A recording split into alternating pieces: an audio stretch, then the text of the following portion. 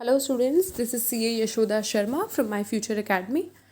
आज हम स्टार्ट करेंगे एसएस सिविक्स के साथ, पॉलिटिकल साइंस के साथ with the chapter 1 Indian constitution.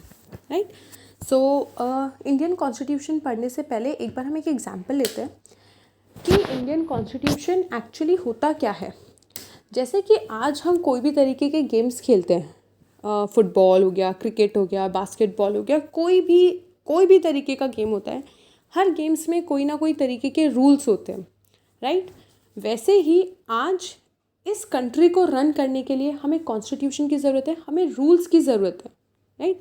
अगर हम कोई गेम खेलते हैं वहाँ पे भी हमें रूल्स चाहिए, तो इस कंट्री को गवर्न करने के लिए भी कुछ सेट ऑफ रूल्स चाहिए, और वो रूल्स सारे के सारे लिखे गए हैं कॉन्स्टिट्यूशन में, राइट। तो कॉन्स्टिट्यूशन क्या है?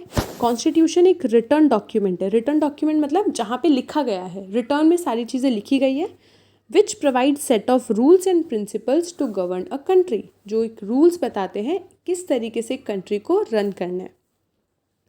All the democratic country are likely to have constitution, but it is not necessary that all the country have constitution are democratic. इसका मतलब क्या हुआ कि ऐसा है कि जनरली हर कंट्री के पास रूल्स है, हर कंट्री के पास कॉन्स्टिट्यूशन है, लेकिन जिन भी कंट्री के पास कॉन्स्टिट्यूशन है इसका मतलब ये नहीं है वो डेमोक्रेटिक कंट्री हो। डेमोक्रेटिक मतलब जहाँ पर लोगों के पास राइट है अपने व्यूज़ रखने के, जहाँ पर पीपल अपनी गवर्नमेंट को इलेक्ट करते हैं, 1 पर्सन 1 वोट, ये सारी चीज़ें एक डेमोक्रेटिक कंट्री में होती है, राइट। सो हर डेमोक्रेटिक कंट्री के पास कॉन्स्टिट्यूशन है, लेकिन ये कोई ज़रूरी नहीं है कि जिस कंट्री के पास कॉन्स्टिट्यूशन हो वो डेमोक्रेटिक हो सकता है ना कि कोई कंट्री में मोनार्की है या कोई कंट्री में डिक्टेटरशिप है, उनको भी रूल्स तो चाहिए, तो वो कुछ सेट ऑफ रूल्स बनाते हैं। तो ऐसा कोई ज़रूरी नहीं है कि जिनके पास रूल्स हो वो डेमोक्रेटिक होनी कंपलसरी है, राइट। एक एग्जांपल दिया है तुम्हारी टेक्स्ट बुक्स में नेपाल का, कि नेपाल 1990 में वहाँ पे मोनार्की आई थी। मोनार्की मतलब किंग रूल, वहाँ पर क्या था? King rule, right.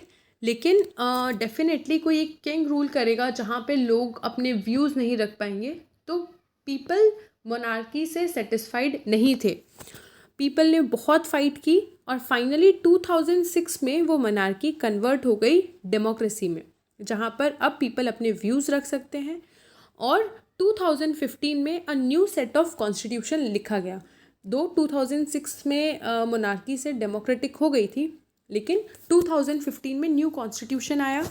मोनार्की में भी कॉन्स्टिट्यूशन था, लेकिन लोग जो पहले वाले रूल्स थे उससे सेटिस्फाइड नहीं थे, क्योंकि वो किंग ने खुद की तरफ से रूल्स लिखे थे बिना लोगों के व्यूज़ को कंसीडर करके।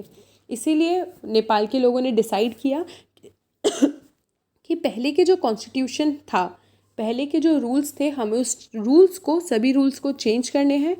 और 2015 में न्यू कॉन्स्टिट्यूशन बना गया with the new rules, with the new people considering the new ideals. Ideals मतलब लोगों के विचार को कंसीडर करके नया कॉन्स्टिट्यूशन बनाया गया। और इस पूरे कॉन्स्टिट्यूशन के आगे एक नाम दिया गया, नेपाल स्ट्रगल फॉर डेमोक्रेसी, क्योंकि नेपाल ने अपनी डेमोक्रेसी के लिए बहुत स्ट्रगल किया है, right.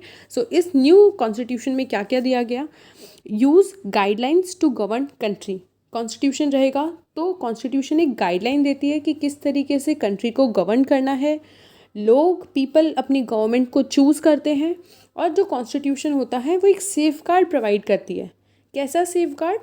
So that the leader do not miss use their authority. अब क्या होता है कि भले ही डेमोक्रेसी आ गई हो, लेकिन वहाँ पर भी कुछ हायर लेवल के अथॉरिटी रहेगी, जैसे prime minister, president, prime minister, other council. तो इन सब के पास एक अथॉरिटी रहती है। अथॉरिटी मतलब पावर होती है। उस पावर के साथ अब वो चाहे तो वो कुछ भी कर सकते हैं, क्योंकि उनके हाथ में पावर है।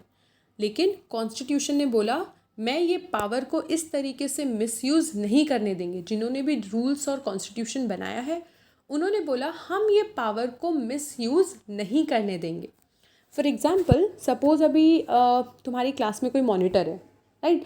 अब उस मॉनिटर के पास पावर है कि वो किसी की भी कंप्लेंट क्लास टीचर को कर सकता है, राइट। तो यहाँ पर पावर में कौन हुआ?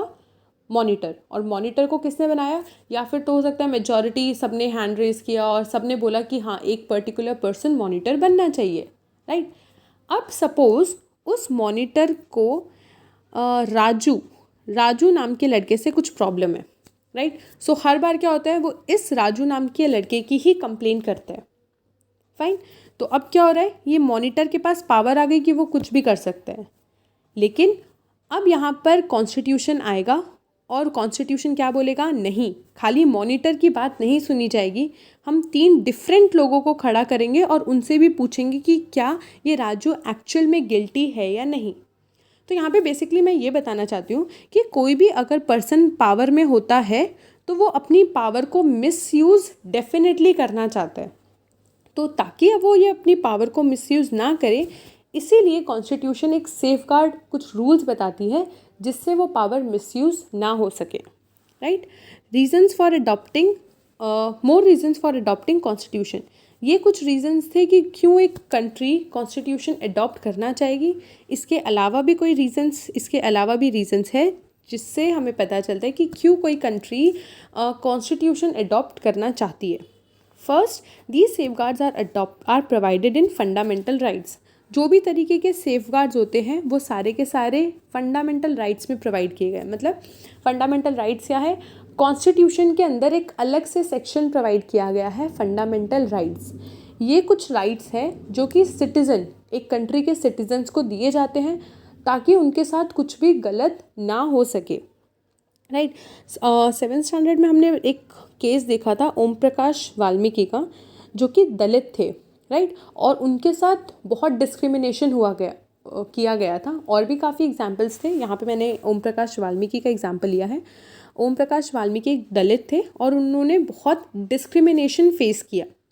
तो अब यहाँ पर हमारे पास फंडामेंटल राइट में से एक राइट आता है इक्वालिटी, जो कि बोलता है कि हर सिटीज़न, हर एक इंडिविजुअल जो कंट्री में है वो इक्वली ट्रीट किया जाना चाहिए। वो अपनी कास्ट, क्रीड, सेक्स, रेस, इन सब के वजह से डिस्क्रिमिनेट नहीं होना चाहिए। डिस्क्रिमिनेट मतलब किसी की भी चीज़ में भेदभाव। अगर सपोज़ पहले ऐसा होता था कि वो दलित है, अगर वो लोअर कास्ट है तो उनको ये चीज़ें, कंट्री की ये बेनिफिट्स नहीं दिए जाएंगे, उनको अच्छा घर नहीं दिया जाएगा, उनको एक सोसाइटी में नहीं रखा जाएगा, तो ये गलत है। इसीलिए फंडामेंटल राइट्स हमें बोलते हैं कि ये गलत है और हर पर्सन को, हर सिटीज़न को इक्वली ट्रीट किया जाना चाहिए, राइट।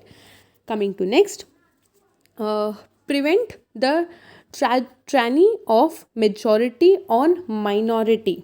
ट्रैनी का मतलब होता है कि किस तरीके से मेजॉरिटी माइनॉरिटी पे रूल करते हैं, राइट। अगर कॉन्स्टिट्यूशन नहीं होगा तो क्या होगा, मेजॉरिटी माइनॉरिटी को एक्सप्लॉइट करते रहेंगे।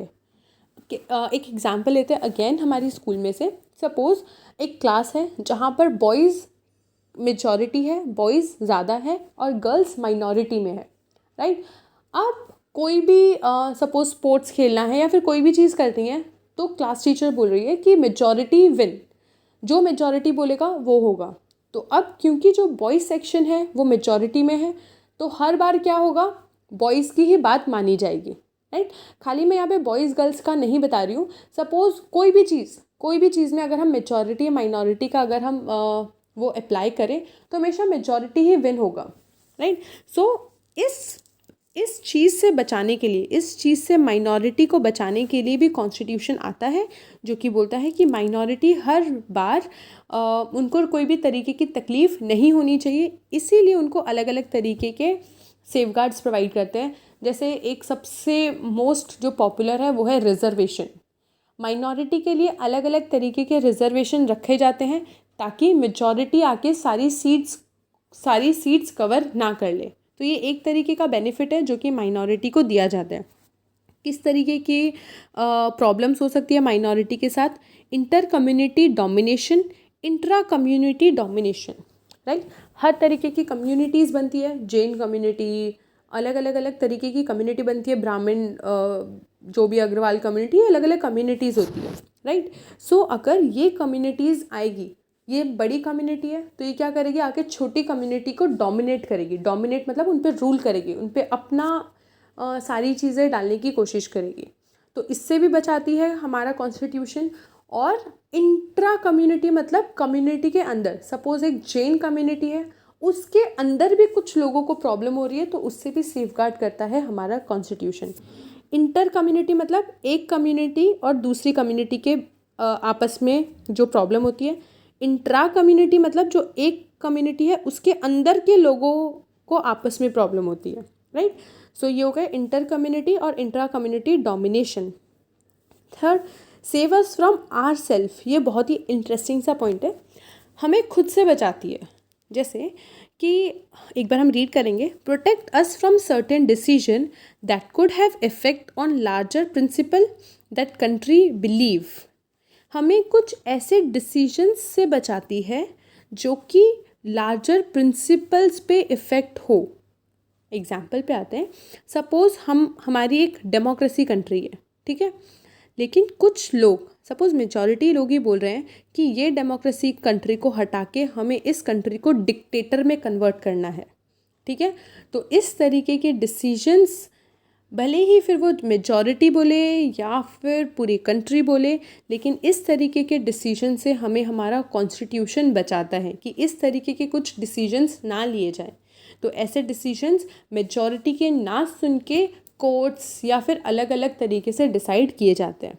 ये मैंने एक एग्जाम्पल लिया है कि ऐसा नहीं होता, कोई भी कंट्री अपनी डेमोक्रेसी को डिक्टेटर में नहीं कन्वर्ट करना चाहती, पर ये एक अच्छा एग्जाम्पल है कि मेजॉरिटी भी बोले कि हमें डिक्टेटर में कन्वर्ट होना है, कि कोई एक आए रूल करे पर कंट्री को अच्छी तरीके से रूल करे।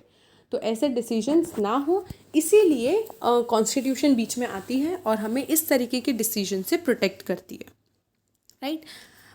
टुमारो क्लास हम देखेंगे फीचर्स। उससे पहले ये नोट्स और यहाँ तक के जो भी टेक्स्ट बुक्स है उसको रीड करके रखना।